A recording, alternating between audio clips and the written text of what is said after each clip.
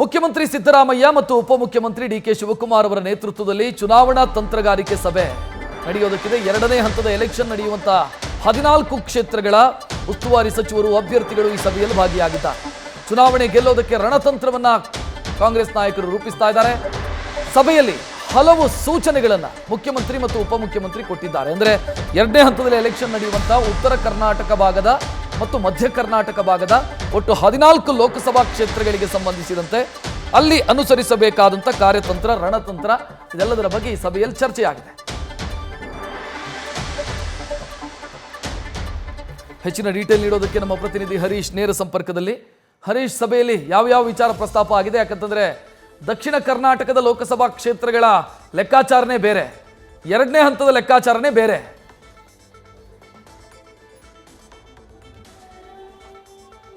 ರಕ್ಷಿತ್, ಬಹಳ ಮುಖ್ಯವಾಗಿರುವಂಥದ್ದು ಅಂದರೆ ಎರಡನೇ ಹಂತದಲ್ಲಿ ರಾಜ್ಯದಲ್ಲಿ ನಡೆಯುವಂತಹ ಲೋಕಸಭಾ ಚುನಾವಣೆ ಯಾವ್ಯಾವ ಕ್ಷೇತ್ರಗಳು ನಡೆಯುತ್ತೆ ಅಂತಹ ಕ್ಷೇತ್ರಗಳಿಗೆ ಸಂಬಂಧಪಟ್ಟಂಗೆ ಅಲ್ಲಿನ ಸ್ಥಳೀಯ ಉಸ್ತುವಾರಿ ಸಚಿವರಾಗಿರ್ಬೋದು ಮತ್ತು ಶಾಸಕರು ಮತ್ತು ಜೊತೆಗೆ ಅಭ್ಯರ್ಥಿಗಳು, ಅದರ ಜೊತೆಗೆ ಶಾಸಕರು, ಸ್ಥಳೀಯ ನಾಯಕರು ಎಲ್ಲರೂ ಕೂಡ ಸಭೆಗೆ ಇವತ್ತು ಆಹ್ವಾನ ಮಾಡಿದರು.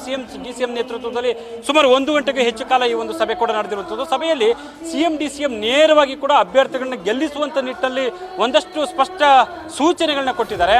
ಅಂದರೆ ಹುಬ್ಬಳ್ಳಿ ಆಗಿರ್ಬೋದು, ಮುಖ್ಯವಾಗಿರುವಂಥದ್ದು ಬೆಳಗಾವಿ ಆಗಿರ್ಬೋದು, ಚಿಕ್ಕೋಡಿ ಆಗಿರ್ಬೋದು, ಧಾರವಾಡ ಆಗಿರ್ಬೋದು, ಮತ್ತು ಹಾವೇರಿ, ದಾವಣಗೆರೆ, ಹೀಗೆ 14 ಕ್ಷೇತ್ರಗಳ ಎಲ್ಲ ಅಭ್ಯರ್ಥಿಗಳು ನಾಯಕರ ಜೊತೆಗೆ ಕೂಡ ಸುದೀರ್ಘವಾಗಿ ಚರ್ಚೆ ನಡೆಸಿದರೆ ನಾವು ಈಗಾಗಲೇ ಕೂಡ ಕಾಂಗ್ರೆಸ್ 5 ಗ್ಯಾರಂಟಿಗಳನ್ನ ಕೊಟ್ಟಿದ್ದೇನೆ. ಆ ಗ್ಯಾರಂಟಿಗಳನ್ನ ಮನೆಗೂ ತಲುಪಿಸುವಂಥ ಒಂದು ಕೆಲಸ ಮಾಡಬೇಕು. ನಮಗೆ ಅದೇ ಬಹಳ ಮುಖ್ಯವಾಗಿರುವಂಥದ್ದು.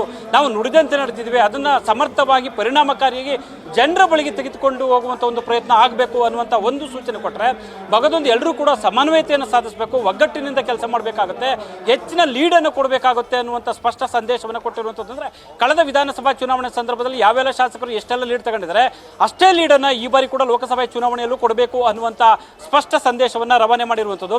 ಯಾವುದೇ ತಮ್ಮಲ್ಲಿದ್ದಂಥ ಅಸಮಾಧಾನವನ್ನು ಬದಿಗಿಡಬೇಕಾಗುತ್ತೆ. ಇದು ಹೈಕಮಾಂಡ್ ಕೂಡ ರಾಜ್ಯದ ವಿಚಾರವಾಗಿ ಸಾಕಷ್ಟು ನಿರೀಕ್ಷೆಗಳನ್ನ ಹೊಂದಿದೆ. ಹೆಚ್ಚಿನ ಸ್ಥಾನಗಳನ್ನ ಗೆಲ್ಲಲೇಬೇಕಾದಂಥ ಅನಿವಾರ್ಯತೆ.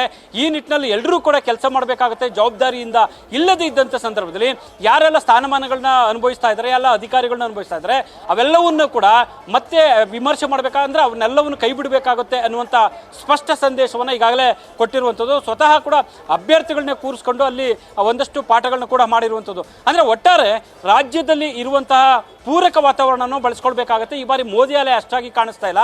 ಸೊ ನಮ್ಮ ಗ್ಯಾರಂಟಿಗಳನ್ನ ಇಟ್ಕೊಂಡು ಜನರು ಮುಂದಕ್ಕೆ ಹೋಗಬೇಕು ಮತ್ತು ಎಲ್ಲರೂ ಒಟ್ಟಾಗಿ ಕೆಲಸ ಮಾಡುವ ಮೂಲಕ ಅಭ್ಯರ್ಥಿಗಳನ್ನ ಶತಾಯಗತಾಯಿ ಎಲ್ಲ ಕ್ಷೇತ್ರಗಳಲ್ಲಿ ಗೆಲ್ಲಿಸಿಕೊಳ್ಳಬೇಕು ಅನ್ನುವಂತಹ ಸ್ಪಷ್ಟ ಸಂದೇಶವನ್ನು ಈಗ ಡಿ.ಸಿ.ಎಂ ಕೊಟ್ಟಿರುವಂಥದ್ದು.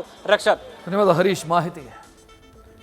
ಇದು ಈವರೆಗಿನ ಪ್ರಮುಖ ಸುದ್ದಿ. ಈಗ ಮನೆ ಮೀನಾಕ್ಷಿ ಪ್ರಸಾರವಾಗುತ್ತೆ. ಕ್ಷಣದ ಮಾಹಿತಿಗಾಗಿ ನೋಡುತ್ತಾ ಇರಿ ನ್ಯೂಸ್ ಫಸ್ಟ್, ನಿರ್ಭೀತಿಯಿಂದ ನಿಮ್ಮ ಪರವಾಗಿ.